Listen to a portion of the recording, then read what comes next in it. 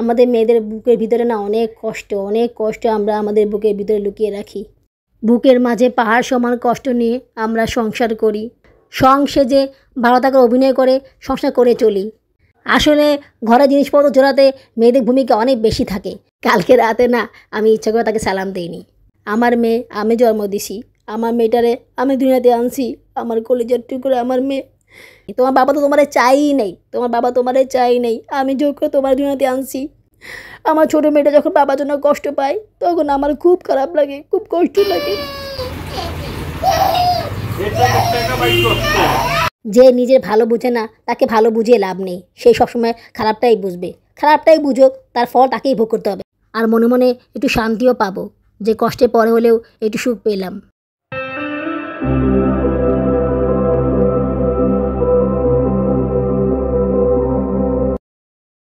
আসসালামু আলাইকুম।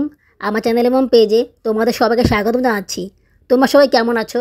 আশা করি আল্লাহর রহমতে ভালোই আছো। আমিও ভালো আছি আলহামদুলিল্লাহ। দেশে এবং বিদেশ থেকে যারা আমার ভিডিওটি দেখতেছো তাদের সবাইকে জানাই আমার পক্ষ থেকে আন্তরিক অভিনন্দন ও ভালোবাসা। নতুন আরও একটি ব্লগ নিয়ে আবার তোমাদের সামনে হাজির হলাম। এখন সকাল 10টা বাজে, রুটি বানাচ্ছি। বাবুরাব্বুকে আগেই রুটি বানিয়ে দিয়েছিলাম, উনি খেয়ে অফিস চলে গিয়েছেন। এই দেখো টেবিলে বসে রুটি বানাচ্ছি চপিং বোর্ডে করে। তোমাদেরকে বলেছিলাম না যে চপিং বোর্ডে করে রুটি বানাবো। গ্যাস নেই, সকালবেলা গ্যাস থাকেই না, এই কারণে টেবিলের সামনে দাঁড়িয়ে রুটি বানাচ্ছি। বারবার কিচেনে যাওয়া আসা অনেক কষ্টকর, তাছাড়া সময়ও লাগে অনেক। দেখা গেল যে রুটি সেঁকতে গেলে সেই রুটিটা পুড়ে যায়, রুটি বানাতে গিয়ে পরে আস্তে আস্তে রুটি পুড়ে যায়। হিট কম দিলেও কোনো লাভ হয় না, সেক্ষেত্রে অনেক সময় মনেও থাকে না এখানে আসতে। আগে থেকে রুটি বানিয়ে রাখলেও কোনো লাভ হয় না, ওগুলো একটার সাথে আরেকটা লেগে যায়। তাই এখানে দাঁড়িয়ে বানিয়ে নিচ্ছি। এখানে রুটি বানাতে কোনো সমস্যা হচ্ছে না, ফ্যান নিচে দাঁড়িয়ে বানাচ্ছি তো আরামই লাগতেছে। তবে একটা সমস্যা হচ্ছে, টেবিলের চিপায় তো জায়গা কম, মানে সুকেসা টেবিলের মাঝখানে স্পেসটা কম, তো ওই স্পেসে গিয়ে রুটি সেঁকতে গেলে একটু সময় লেগে যায়, আবার অনেক সময় কষ্টও হয়ে যায়। এখানে দাঁড়িয়েও রুটি সেঁকা যায়, তবে সেটাও কষ্ট হয়ে যায়। দেখা গেল যে একটু সামনে গিয়ে ঝুঁকে সেঁকতে হয়। সকালবেলা গ্যাস অনেক কম থাকেই না বলতে গেলে, মানে যে আঁচ থাকে ওই আছে কোনো রকমের দুধ গরম করা যায়, পানি গরম করা যায়, চাও বানানো যায়, তবে সেটা অনেক সময় লেগে যায়। ইলেকট্রিক চুলা না থাকলে যে আমার কি হতো আল্লাহই জানে। এই চুলা আছে বলেই ভরসা, না হলে অনেক কষ্টে থাকলে তো। সকালবেলা তো গ্যাস থাকেই না, সেই গ্যাস আসে 2টা, 2:30, 3টা বাজে, এরকম অবস্থা হয়। আবার যদি বৃষ্টি আসে তাহলে তো সারাদিন গ্যাস থাকবে না। বৃষ্টি হলে টানা একদিন গ্যাস থাকে না, অনেক সময় তার পরের দিনও গ্যাস থাকে না। তো এই চুলা আসে বলেই ভরসা, না হলে অবস্থা অনেক বেশি খারাপ হয়ে যেত। গত বছরে তো সেটাই হয়েছিল, গত বছর অনেক কষ্টে ছিলাম। তো এই চুলাটা নেওয়াতে সেই কষ্টটা এখন আর হচ্ছে না।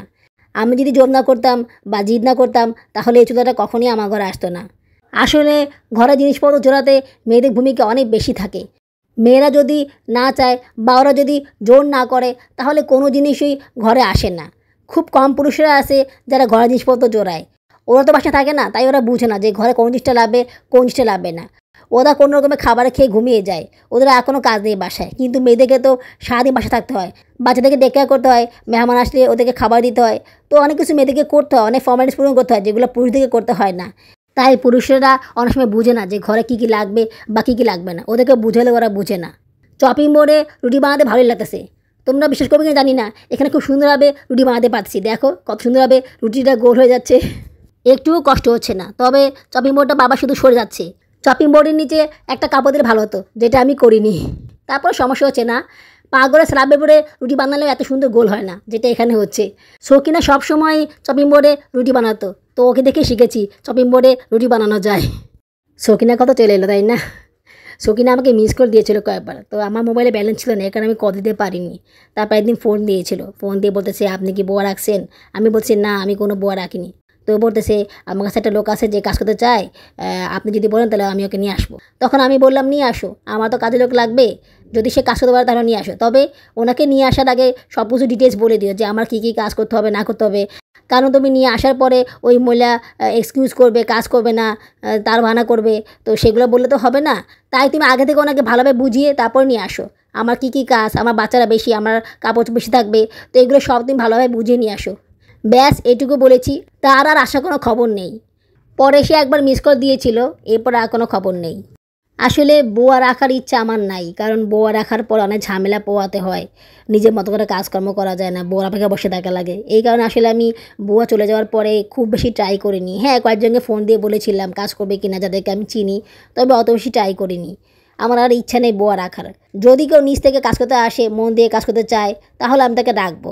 তারপরে আমি তার কাজ দেখবো সে ভালোভাবে কাজ করতে পারে কিনা, এরপরে ডাকবো। আর যদি না আসে তো নাই। তো আমি ঠিক করছি একটা মপ কিনবো। বাবুর আব্বুকে দিয়ে মপ কিনলে উনি নর্মাল মপ কিনে নিয়ে আসবে, যেটা দিয়ে আমার কষ্ট হবে। সেই চিপড়ায়া ধোয়া মুছা, তো সেটা তো সেই কষ্টই হবে, তাছাড়া আমার হাতে ব্যথা। তো এক ধরনের মপ আছে না, যেটা মনে করো যে হাতে চিপাতে হয় না, ওইটা সহজে চিপানো যায়। তো ওই সিস্টেমের মপগুলো আমি কিনবো। তোমরা কি ওগুলো ইউজ করো? আমাকে একটু বলো তো ওই মপগুলো কিনে ভালো হবে কি না। ওগুলোর দামও না অনেক বেশি, আমি দাম করেছিলাম বুঝছো, 450 টাকা দাম বলতেছে। টাকা বড় কথা না, বড় কথা হচ্ছে এই জিনিসটা ভালো হবে কি না, এগুলো কিনলে বেশি দিন লাস্টিং করবে কিনা সেটাও তো কথা। আবার আরেক ধরনের সিস্টেম আছে না, যে বাকি সিস্টেম ট্রলির মতো করে নেওয়া যায়, এখানে পানিও নেওয়া যায়, আবার মপও রাখা যায়। তো ওগুলোও কিনবো, তবে এখন কিনবো না, কারণ ওগুলোর দাম অনেক বেশি। এখন আপাতত এটা দিয়ে কাজ চালাই, এটা ইউজ করি। তারপর পরে যখন টাকা হবে, সময় হবে, তখন ওটা কিনে নিব। তাছাড়া ওটা তো সব জায়গায় পাওয়া যায় না, ওটা কিনতে হলে নিউ মার্কেট যেতে হবে, ভালোভাবে দেখে শুনে ঘুরে ফিরে কিনতে হবে। তো সেক্ষেত্রেও সময় লাগবে, এই কারণে আপাতত এটা কিনতেছি না। আসলে সংসারের প্রয়োজনীয় অনেক কিছুই কিনতে হবে। আমি একা তো আর সব কিছু কিনতে পারবো না। আর তাছাড়া আমি চাইলে তো কিনতে পারবো না, অনেক সময় লাগবে কিনতে, টাকা জমিয়ে তারপর কিনতে হবে। আমার তো আর ইনকাম নেই যে আমি চাইলেই ঠুস করে কিনে নিতে পারবো। এই মুহূর্তে ভাত খাওয়া একটা প্লেট কেনা খুবই জরুরি। আমি যে প্লেটে ভাত খাই সেটা ছোট, ওখানে খেতে আমার একটু কষ্ট হয়ে যায়।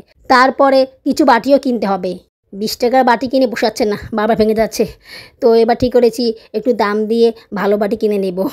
সবার আগে সাউদা আজুনেনার জন্য প্যান্ট কিনতে হবে, ওদের পরার প্যান্ট নেই, প্যান্ট কেনা খুবই জরুরি। আমি প্যান্ট কেনার জন্য টাকা জমাচ্ছি। আর প্যান্টের সাথে একটা কন্টেনারও কিনবো, ছোটো একটা কন্টেনার কিনবো মাঝের সাইজের, ওখানে সাউদা এবং জেনারেল জামা প্যান্ট রাখবো, কারণ ড্রয়ারের মধ্যে ওতে কাপড় রাখার জায়গা হচ্ছে না। আমার জন্য একটা কন্টেনার কিনবো, ওই কন্টেনারে শুধুমাত্র আমার কাপড়গুলো রাখবো, কারণ জ্যান সারা কাপড়গুলো রাখার পরে আমার কাপড়গুলো রাখলে অনেক সমস্যা হয়ে যায়, ওরা ওদের কাপড় খুঁজে পায় না। আর আমার কাছেও বিরক্ত লাগে এতগুলো কাপড় হিবিজিবি দেখলে। সন্ধ্যা হয়ে গিয়েছে, বাচ্চাদেরকে নিয়ে বাসা থেকে বেরোচ্ছি। কোথায় যাচ্ছি? ওদের চুল কাটতে যাচ্ছি। তোমরা তো জানোই যে সাদা চুল কাটতে হবে, সাদা চুল অনেক বড় হয়ে গিয়েছে, চুনানা চুলগুলো বড় হয়ে গিয়েছে। এই জন্মদিন পালন করার জন্য ওদের চুলও কাটা হয়নি। আমার জুতাটা হারিয়ে গিয়েছে, তোমাদেরকে বলেছিলাম না যে বাবু আমার জন্য একটা জুতা কিনে দিয়েছিল, ও জুতাটা ছিঁড়ে গিয়েছিল। তো ওটা আমি নিয়ে গেছিলাম সেলাই করার জন্য। তো সেদিন যে মিটিং হচ্ছে না, প্যারেন্টস মিটিং, তো ওখানে ওটা রেখে আসছিলাম, ওটা আর আনতে মনে ছিল না। এখন কোনো রকমে আগে জুতা পরে স্কুলে যাই, তবে এটাও মনে হয় বেশি দিন টিকবে না। বাবুর আব্বাকে বলেছিলাম আমার জন্য আবার জুতা কিনে আনতে, উনি কিনবে কি না সন্দেহ, উনি তো এমনিতে কোনো সহজে কিনতে চায় না। আমিও বলেছি তোমার এই জুতা ভালো জুতা না, পচা জুতা কিনে দিয়েছো, এই জুতা ইউজ না করতে ছিঁড়ে গেছে। আল্লাহ জানে কবে কিনে দেবে। এদিকে আমার দাঁতেরও ব্যথা আছে, আমার দাঁতের তো কোনো ট্রিটমেন্টই করা হয়নি, আজকে 3 মাস হলো জানো না পুরা। আমার দাঁতের কোনো চিকিৎসা করতে পারতেছি না। আসলে কি জানো, আমাদের মেয়েদের বুকের ভিতরে না অনেক কষ্ট, অনেক কষ্ট আমরা আমাদের বুকের ভিতরে লুকিয়ে রাখি। বুকের মাঝে পাহাড় সমান কষ্ট নিয়ে আমরা সংসার করি, সেজে ভালো থাকার অভিনয় করে সংসার করে চলি। আমরা ভালো থাকলেই বাকি, খারাপ থাকলেই বাকি, তাতে কার কিছু যায় আসে না। তাই অন্তত আমাদের জন্য হলেও, আমাদের সন্তানদের জন্য হলেও আমাদেরকে ভালো থাকতে হবে। এই কারণে আমি চ্যানেলে কাজ করি, বিগ বস শো দেখি, আমার সময় পার করি, আমার কষ্টগুলো আমি ভুলে থাকার চেষ্টা করি। আমি কখনোই একা বসে ভাবি না যে আমি কী করতেছি বা কী করবো, বা কীভাবে আমার জীবন চলতেছে, এগুলো আমি কখনোই ভাবি না। সেই ভাবার সময়টুকু আমি দেই না। ভাবলেই যে অনেক বেশি কষ্ট লাগে, অনেক বেশি খারাপ লাগে। বাবুর আব্বুর সামনে আমার কষ্টটা আমি কখনো তুলে ধরি না। যখন খুব বেশি রাগ হয়, যখন আর কন্ট্রোল করতে পারি না, তখন বলি। তখন উনি চুপ করে শোনেন, কিন্তু কোনো কথা বলেন না, কারণ তখন আমি আউট অফ কন্ট্রোল হয়ে যাই, মাথা নষ্ট হয়ে যায়। মানে কী যে বলি, আবল তাবল অনেক কথা বলতে থাকি, তাই কখনো সেই কাজটা করি না বা সেই কাজটা করার সুযোগ দিই না। আমি সবসময় ওনার সামনে ভালো থাকার চেষ্টা করি, সৎ থাকার চেষ্টা করি, দেখাই যে আমি অনেক ভালো, তুমি যেভাবে বলো আমি সেভাবে শুনি। কিন্তু মনে মনে তো আমি জানি যে আমি কি করব না করব সেটা আমিই জানি, তার কথা শুনে কোনো লাভ নেই। আমি কয়েকদিন ধরে বাচ্চাদেরকে আগেভাগে খাবার খাইয়ে দেই, উনি আসার আগেই বাচ্চাদেরকে খাবার খাইয়ে দেই, শুধু ওদেরকে ঘুম পাড়াই না, কারণ বাচ্চারা বাবার মুখ দেখবে, বাবার মুখ দেখে ওরা একটু খুশি হবে, বাবাও খুশি হবে। তারপর ওনার রাগ, তারপর উনি বাসায় আসে চেঁচাচেঁচি করেন। ইদানিং উনি বাসায় আসলেই আমি দরজা খুলে ওনাকে সালাম দেই, বলি আসসালামু আলাইকুম। এই কথা যখন বলি না, উনি অনেক খুশি হয়, খুব সুন্দর করে হাসি দেয়। তারপর ওনার কাছ থেকে বাজারগুলো নিয়ে গুছিয়ে রাখি। উনি ঘরে ঢুকার পরেই শুরু হয়ে যায় চিল্লাচিল্লি, মানে আমার দোষ সে খুঁজবেই।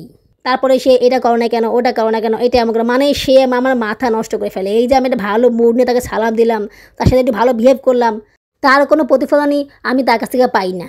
সে বাসায় এসে তার মতো করে চিলেচিলি করে। কালকে রাতে না আমি ইচ্ছা করে তাকে সালাম দিইনি, ভাবলাম প্রতিদিন তো আমি সালাম দেই, আজকে না দিই, দেখি সে দেয় কি না। আমি কি সবসময় সালাম দিব, সে দিবে না? তাও তো উচিত আমাকে সালাম দেওয়া, তাই না? তো আমি সালাম দিইনি। ওরে বাবা, আমি সালাম দেইনি কেন? ওরে বাবা, সে এত বেশি খ্যাপা খেপছে, মানে এমনিতে তো চেঁচাচিলি করে, কালকে মনে হয় আরও বেশি চেঁচাচিলি করছে, বুঝছো? আরও বেশি চেঁচাচিলি বকাবকি শুরু করে দিয়েছে। আমি যখন বললাম যে তুমি তো আজকে আমাকে সালাম দিতে পারতে, আমি তোমার সালাম দিইনি, তো কী হয়েছে, তুমি আমাকে সালাম দিবে না? তখন সে আমাকে হাদিস শোনায়, সালাম দেওয়া অনেক সওয়াবের কাজ, যে সালাম দিবে সে বেশি সওয়াব পাবে। শুনছো কি বলে? তো এই সবটা সে পাক, আমি বেশি সওয়াব পাবো, সে পাবে না, তা কি হয়? মানে নিজের বেলায় সব ঠিক, পরের বেলায় কোনো কিছু ঠিক না। বাচ্চারা রাতের বেলা তার কাছে যায়, তাতে তার সমস্যা। বাচ্চারা ঘুমিয়ে থাকবে, সে আসার আগে বাচ্চারা ঘুমিয়ে যাবে, তার সাথে বাচ্চাদের কোনো কথা হবে না। এটা কোনো কথা হইলে বলো? বাচ্চাদের তো মনে চায় বাবার আদর পেতে, ভালোবাসা পেতে, সেটা তো সে কখনোই করে না। ছোটো মেয়েটা, আমার ছোটো মেয়ে জেনাই না, বাবাকে দেখলে বাবা বাবা করে, বাবার কাছে যাওয়ার জন্য পাগল হয়ে যায়। সে তারপর তাকে দেখে তার এতটুকু মায়া হয় না, সে তারপর তার মতো করে চেঁচিলি করে। যখন তার খাওয়া হয়ে যায় তখন তার মুডটা একটু ভালো হয়, তারপরে সে ছোটো মেয়েকে কোলে নেয়, একটু আদর করে, এই মনে করে 10-15 মিনিট, তারপর আমাকে দিয়ে যায়, ব্যাস, এরপরে তার আর কোনো কাজ নেই। সাওদাকে অল্প একটু আদর করে, শেষ। আর বড় দুটোকে তো আদর করেই না। বড় দুটো কাছে আসলে আরও বেশি বিরক্ত হয়। সারা মোবাইল ধরে, সারা মোবাইল ধরে কেন? সারা যদি ওনার সাথে ঘুমায় উনি খুব বিরক্ত হয়, সারা ঘুমায় না, সারা ওনাকে জ্বালায়, ডিস্টার্ব করে। আচ্ছা বাবা, ও তো ইচ্ছা করে তোমার সাথে ঘুমাতে, বাবা শুধু জায়ানি ঘুমাবে, সারা ঘুমাবে না, এটা কি হয়? ও তো ইচ্ছা করে ওর বাবার সাথে ঘুমাবে, কিন্তু সেটাও সমস্যা। কালকে রাত্রে সারাকে অনেক বকেছি, মাইরও দিয়েছি, বলেছি বাবা আসলে তুমি ওই ঘরে যাবা না। বাবা আসলে না ঘর থেকে বের হয়ে চলে যায়, ওর সাথে সাউদাও আসে, জুনেনাও আসে, কিন্তু জায়ান আসে না। জায়ান বুঝে যে ওর বাবা আসে, চেঁচিয়ে করে, জায়ান চুপ করে বসে থাকে, জায়ান খাট থেকে নামেই না। কিন্তু সায়রা মনে করো যে ওই ঘরে যায়, লাফালাফি করে, দুষ্টামি করে, চেঁচিলি করে, ওর বাবা আরও বেশি বিরক্ত হয়ে যায়। এমনিতে তো অনেক বেশি বিরক্ত থাকে, অনেক বেশি মেজাজ গরম থাকে। আমি জানি না বাইরে থেকে আসলে ওনার কী হয়, মানে বাইরে সব কিছু, বাইরের ডিপ্রেশন, বাইরের রাগ, বাইরে সব চাপ সে ঘরে এসে মিটায়। কখনও সে বাইরে থেকে বাসায় এসে একটু ভালোভাবে করে না। মূলত এই কারণেই ওনার সাথে আমার দ্বন্দ্বটা বেশি হয়, ঝগড়াটা বেশি হয়। মূলত এই জিনিসটার প্রতি আমি খুব রাগ, এই জিনিসটা আমার ভিতরে খুব বেশি কষ্ট। হ্যাঁ, উনি আমাকে অনেক কিছু দেয় না, দিতে পারে না, সেটা আমি মানতেছি বা মেনে নেওয়ার চেষ্টা করতেছি, কিন্তু এই জিনিসটা না আমি আসলে মানতে পারি না। এই জিনিসগুলো মেনে নিতে খুব কষ্ট হয়। অ্যাটলিস্ট ভালো ব্যবহার তো করো, ভালো ব্যবহার তো তোমার কাছ থেকে আমরা আশা করতেই পারি। আচ্ছা আমি বাদ দিলাম, আমি নয় ভালো না, আমি নয় খারাপ, বাচ্চারা কী করছে? তোমার বাচ্চা, তোমার রক্ত, ওদের সাথে তো ভালো ব্যবহার করো। এই ছোটো মেয়েটা তোমার জন্য এত কান্নাকাটি করে, তোমাকে দেখলেই সে কাঁদে, তুমি হাত মুখটা ধুয়ে ওকে কোলে নাও, ওকে আদর করো। কী সমস্যা করেছে ও তোমাকে? হ্যাঁ, ও তোমার কাছে একটু আদর চায়, ভালোবাসা চায়, তুমি সেটাও দাও না, এতই তোমার সমস্যা। জুনেলাকে কোলে নিয়ে আদর করি আর বলি, আমার মেয়ে আমি জন্ম দিছি, আমার মেয়েটারে আমি দুনিয়াতে আনছি, আমার কলিজার টুকরো আমার মেয়ে। বাবা ভালোবাসা দরকার নেই, তোর মাই তোর জন্য সব। তোমার মা তোমাকে অনেক বেশি ভালোবাসবে, তোমার ভাই আছে, বোন আছে, ওরা তোমার ভালোবাসবে। বাবা ভালোবাসা তোমার পাওয়ার দরকার নেই, তোমার বাবা তো তোমার চাইই নেই, তোমার বাবা তোমার চাই নেই, আমি যোগ্য তোমার দুনিয়াতে আনছি। আমার ছোটো মেয়েটা যখন বাবার জন্য কষ্ট পায় তখন আমার খুব খারাপ লাগে, খুব কষ্ট লাগে। সাউদাকে ওর আব্বু অনেক আদর করছে, সাউদা ওর আব্বু অনেক আদর ভালোবাসা পাইছে। সবচেয়ে বেশি ভালোবাসা পাইছে জায়ান আর সাউদা, এই দুজন খুব বেশি ভালোবাসা পাইছে। কিন্তু ওই তুলনায় আমার ছোটো মেয়ে জুনাইনা বাবা আদর পাইই নেই। আমার এখনও মনে আছে সাউদা হওয়ার পরে উনি সাউদার দিকে তাকিয়েছিল, সাউদার সবসময় উনি ওনার কোলে করে ডাকতো, ওনার কাছে বেশি ডাকতো, মানে যখনই বাসায় আসতো সাউদাকে ওনার কাছে ডাকতো। কিন্তু আমি বুঝলাম না আমার ছোটো মেয়েটা কী দোষ করেছে, ওকে কেন বাবা তার কাছে রাখে না, ওকে কেন একটু আদর ভালোবাসা দেয় না। আদর করে না যে তা না, মানে কোলে নিয়ে 10-15 মিনিট একটু আদর করে চুমু দেয়, তারপরে শেষ, তারপরে আমার কাছে দিয়ে দেয়, এরপরে আর তার কাছে রাখে না। কিন্তু সাউদাকে নন স্টপ তার কাছে রেখেছে, মনে করে যে সারাদিন রেখেছে। যখন বন্ধু বাসায় ছিল তখন বন্ধু সাউদাকে কাছে রেখেছে, আবার যিনি বন্ধ ছিল সেদিন প্রায় সময় সে বাসায় থাকতো, তখন সে সাউদাকে তার কাছে রাখতো। কিন্তু জুনানের বেলায় সেরকম হচ্ছে না, উনি তো বাসায় থাকেই না, আর থাকলেও জুনানাকে সারাক্ষণ ওনার কাছে রাখেন না, খুব বিরক্ত হয়ে যায় উনি ওকে কাছে বেশি রাখতে গেলে। তাই আমি ঠিক করেছি উনি বাসায় আসলে ওনার মতো করে খাবার দাবার খেয়ে রুমে গিয়ে শুয়ে থাকবে, বাচ্চাদের সাথে দেখা করার কোনো দরকার নেই। বাচ্চারা ওই রুমে থাকবে, উনি আসার পরে আমি বিছানা গুছিয়ে বাচ্চাদের নিয়ে শুয়ে পড়ব। ওনার ইচ্ছা হলে উনি বাচ্চাদেরকে আদর করবে, না হলে করবে না। আমি তো ওনাকে রুমে ঢুকতেই দিব না, ওনার কিছু লাগলে আমি দিয়ে দিব, ব্যাস, আর কোনো ঝামেলা করার দরকার নেই। জুনান্না কান্না করতেছে। প্রথম প্রথম সে ভালোই ছিল, হ্যাঁ, দেখতেছে যে তার বোনেরা ভাইরা চুকাতেছে, ও একটু একটু বুঝতেছে, তো প্রথম যখন চুল কাটলো তখন ঠিকই ছিল, তারপর শেষের দিকে এসে কান্না শুরু করে দিয়েছে।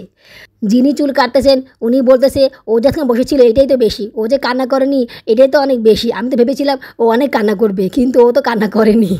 এই যে বাচ্চাদের চুল কাটবে, এইটা মনে করো আজকে 2 মাস ধরে বলতেছে যে বাচ্চাদের চুল কাটবে। প্রতি রোববার আসে আর বলে যে আজকে সাদাকে চুল কাটিয়ে নিয়ে আসবো, তুমি ওকে রেডি করিয়ে দাও, আমি ওকে নিয়ে যাই। তারপর হয়তো বলবে না এখন নিব না, বিকালে নিব। এখন আমি জায়ানকে স্কুলে যাই, স্কুল থেকে এসে বিকালে এসে নিয়ে যাব। আবার যেদিন স্কুল বন্ধ থাকে সেদিনও যায় না, বলে আমার কাজ আছে, আমি বিকালে এসে নিয়ে যাব। বিকালে আর উনি আসে না, বিকালে ওনার আসা কোনো খবর থাকে না। এরকম করে 2 মাস চলে গেল, উনি চুল কাটলোই না। পরবর্তীতে বলতেছে তুমি সেলুনে গিয়ে বাচ্চাদের চুল কাটিয়ে নিয়ে আসো। যখন দেখেছে আমি চেঁচারি করতেছি তখন সেই কথা বলেছে। আমি আবার বেশি জোর করিনি, জোর করলে অবশ্যই নিয়ে যেত, যেহেতু জন্মদিন পালন করতে হবে তাই আমি চুল কাটার জন্য বেশি জোর করিনি। আজকে সেলুনে নিয়ে গেছি তাতে ওনার সমস্যা, আজকে কেন নিলা, কাকে নিলেই পারতা, আজকে তো বুধবার, কাকে বৃহস্পতিবার, পরশুদিন ছেলে স্কুল বন্ধ থাকবে, তো সেক্ষেত্রে ভালো হবে না। আরে বাবা, এত কিছু খেয়াল করে কি আর নেওয়া যায়? নিবো নিবো করে তো নেওয়া হচ্ছে না। আমি তো বাচ্চাদেরকে নিয়ে চুকাতে যেতে পারতেছি না, এই কাজ সেই কাজ, এই ঝামেলা সেই ঝামেলা, বললে তো আর হয় না। এই যে আজকে গেলাম, কত সময় লাগলো চুল কাটতে, তারপর আলহামদুলিল্লাহ বাচ্চাদের যে চুল কাটাতে পেরেছি এটাই আমি অনেক খুশি। 3 মেয়ের চুল 0 করে দিয়েছি, দেখতেছো না মাথায় একদমই চুল নেই। জায়নের চুল একদম ছোটো করে কেটে দিয়েছি, যেহেতু ও স্কুলে যায় তাই সম্পূর্ণ কাটিনি। চুলগুলো কাটতেই নাকি 400 টাকা লেগেছে, বাবুরাবু সব টাকা দিয়ে দিয়েছে। উনিও আবার চুল কেটেছে, শেভ করেছে, তো সব মিলে নাকি 500 টাকার মতো খরচ হয়ে গিয়েছে, এর বেশিও নাকি লেগেছে। আমি ভাবতেছি বাবা এত টাকা লাগে চুল কাটতে। ভেবেছিলাম একটা ট্রিমার কিনে নিব, ট্রিমার কিনে নিয়ে বাসায় বসে চুল কাটিয়ে নিব। পরে ভাবলাম ট্রিমার কিনে কী লাভ, উনি তো আর চুল কেটে দিবে না, আমাকেই কাটতে হবে। তাছাড়া চুল কাটা টাকাটা তো আর উনি আমাকে দিবে না, তো শুধু তো কষ্ট করে ট্রিমার কিনে কোনো লাভ নেই, সেক্ষেত্রে অনেক টাকা লেগে যাবে। উনি বাইরে টাকা দিবে সমস্যা নেই, কিন্তু আমাকে টাকা দিবে না। বাইরে মানুষের কাছে টাকা দিয়ে সে টাকা নষ্ট করবে, খরচ করবে, কিন্তু আমার কাছে দিবে না, বুঝতে পারছো? তাই শুধু শুধু কষ্ট করে লাভ নেই, টাকা গেলে ওনার যাবে, আমার কি? যে নিজের ভালো বুঝে না তাকে ভালো বুঝিয়ে লাভ নেই, সেই সবসময় খারাপটাই বুঝবে। খারাপটাই বুঝুক, তার ফল তাকেই ভোগ করতে হবে, তার ফল আমরা ভোগ করবো না। আমাদের যেগুলো করতে ইচ্ছা করবে বা যেগুলো খেতে ইচ্ছা করবে বা কোনো জায়গায় ঘুরতে ইচ্ছে করবে সেগুলো আমরাই করব, ওনার অপেক্ষা বসে থাকবো না। ওনার অপেক্ষা বসে থাকলে আমাদের কোনো ইচ্ছে পূর্ণ হবে না। 3 মাস হয়ে গেল, মাছ আনার কোনো খবর নেই। দেখছো, আমিও চাপ দিই না, উনিও মাছ আনে না। আমি বলি বাট খুব বেশি চাপ দিই না। আগামী সপ্তাহে যদি মাছ না আনে না তাহলে আমি আর রান্না করব না, মানে অতিষ্ঠ হয়ে গিয়েছে, আমার কাছে আর ভালো লাগে না এইসব। আচ্ছা আমাকে বলতে হবে কেন? উনি বুঝে না যে মাছ নাই, বাচ্চারা মাছ খাবে, মাংস খাবে, উনি আনলেই তো পারে। ওনাকে বলা লাগে কেন যে এগুলো আনতে হবে? উনি এগুলো বুঝে না। মিষ্টি কুমড়া আর লাউ কিনে এনেছিল, রাগ করে 2 দিন রান্না করেননি। ডিম ভুনা, ডিম ভাজি করে খেয়েছি, তাতেও কোনো লাভ হয়নি। উনি ডিম ভাজি, ডিম ভুনা প্রতিদিনই খাবে, ওনার কোনো সমস্যা নেই, ডিম ওনার খুব প্রিয়। কিন্তু আমার তো সমস্যা হয়, আমাদের তো সমস্যা হয়, বাচ্চারা প্রতিদিন ডিম ভাজি বা ডিম ভুনা খেতে চায় না। কে বুঝাবে ওনাকে এগুলো? আল্লাহ পাক কবে যে ওনাকে একটু হেদায়েত দিবেন, কবে যে ওনার মাথায় একটু জ্ঞান দিবেন, কবে যে একটু বুদ্ধি দিবেন ওনাকে, কবে যে উনি আমাদের কষ্টগুলো বুঝবেন, জানি না। তবে এটা জানি এই সময়টা আমাদের থাকবে না, এমন একটা সময় আমাদের আসবে যে আমরা প্রতিদিনই মাছ মাংস খাবো। এমন একটা সময় আসবে যে আমরা অনেক ভালো একটা সময় পার করব। কিন্তু এই যে সময়টা পার করছি না, এই সময়টার কথা আমি কোনোদিনই ভুলবো না। আমি কোনোদিনই ভুলবো না এই সময়টার কথা। যখন আমি অনেক ভালো থাকবো তখন এই সময়টার কথা মনে পড়েই চোখে জল ফেলবো, আর মনে মনে একটু শান্তিও পাবো যে কষ্টের পরে হলেও একটু সুখ পেলাম। তোমার সাথে কথা বলতে বলতে ওই কথাটুকু বলতে ভুলেই গিয়েছি। আপুরা তোমরা যারা এখন পর্যন্ত আমার ভিডিওটি দেখতেছো কিন্তু একটা লাইক করোনি, তারা প্লিজ একটা লাইক করে দিও। লাইক করে দিলে কাজ করার অবশ্যই অনেক গুণ বেড়ে যায়। আর যদি খুব বেশি ভালো লেগে থাকে তাহলে আমার এই ছোট চ্যানেলকে সাবস্ক্রাইব করে আমাকে আপন করে নিও। ভিডিওটি সম্পূর্ণ দেখার পরে একটা কমেন্টস করে দিও, তোমাদের একটা কমেন্টস আমাকে কাজ করার জন্য অনেক বেশি অনুপ্রাণিত করে, তাই কমেন্টস করতে ভুলে যেও না কিন্তু। গত ভিডিওতে তোমাদের অনেক ভালোবাসা পেয়েছি, অনেক লাইকও পেয়েছি। তো এরকম ভালোবাসা পেলে কাজ করার জন্য আরও বেশি আগ্রহ জমে, কাজ করতে অনেক বেশি ভালো লাগে, আরও খুব বেশি ইচ্ছা করে কাজ করতে, তোমাদেরকে নতুন নতুন কাজ উপহার দিতে। তাই তোমরা প্লিজ আমাকে সাপোর্ট করে যেও আর অনেক অনেক বেশি ভালোবাসা দিও। আজ এইটুকুই, আগামী ব্লগে দেখা হবে। আল্লাহ হাফেজ।